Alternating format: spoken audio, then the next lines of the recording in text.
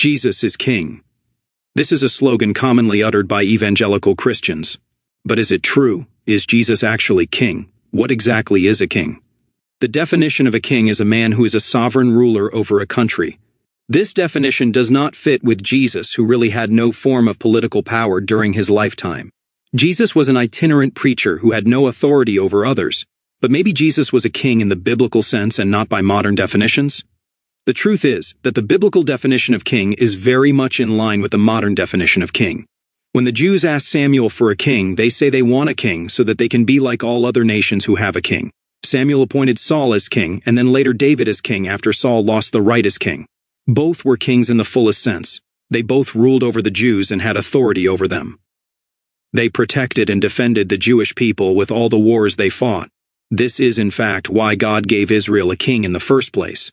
Because they cried out to God, and God saw that they needed a savior from the Philistines.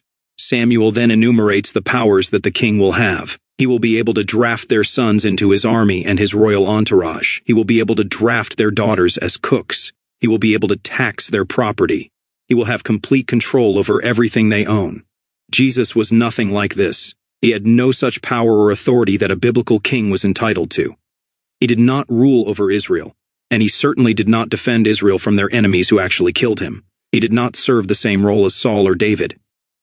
Israel's predicament did not get better with Jesus, who only made things worse by rejecting his own Jewish brethren, and whom were later blamed and eventually persecuted for his death at the hands of the same enemy, the Romans.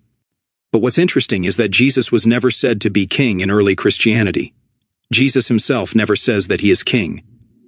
When the people tried making him king, Jesus avoided them. His own disciples never call him king. While the sign on Jesus' cross does say, Jesus of Nazareth, King of the Jews, according to Christian Bible scholar Raymond Brown, this was not a description of who Jesus was, but common Roman standard practice for someone who was crucified to post a plaque on their cross describing the man's crimes.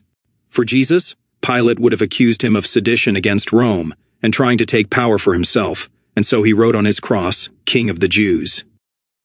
When Pilate asks Jesus if he is king, Jesus cannot give a straight answer and avoids the question entirely by saying that his kingdom is spiritual. The idea of a spiritual kingdom isn't really found in Tanakh. Jesus was under question by Pilate for possible sedition, and so he would have done everything to avoid condemning himself with his own words. But to his own disciples, he tells them that they will physically rule over Israel in the coming kingdom. David and his descendants were kings in the physical sense as rulers of Israel. The Messiah, who will be from David, will be like David. He will be a king over Israel and have authority over them, and defend and protect them just like his father David.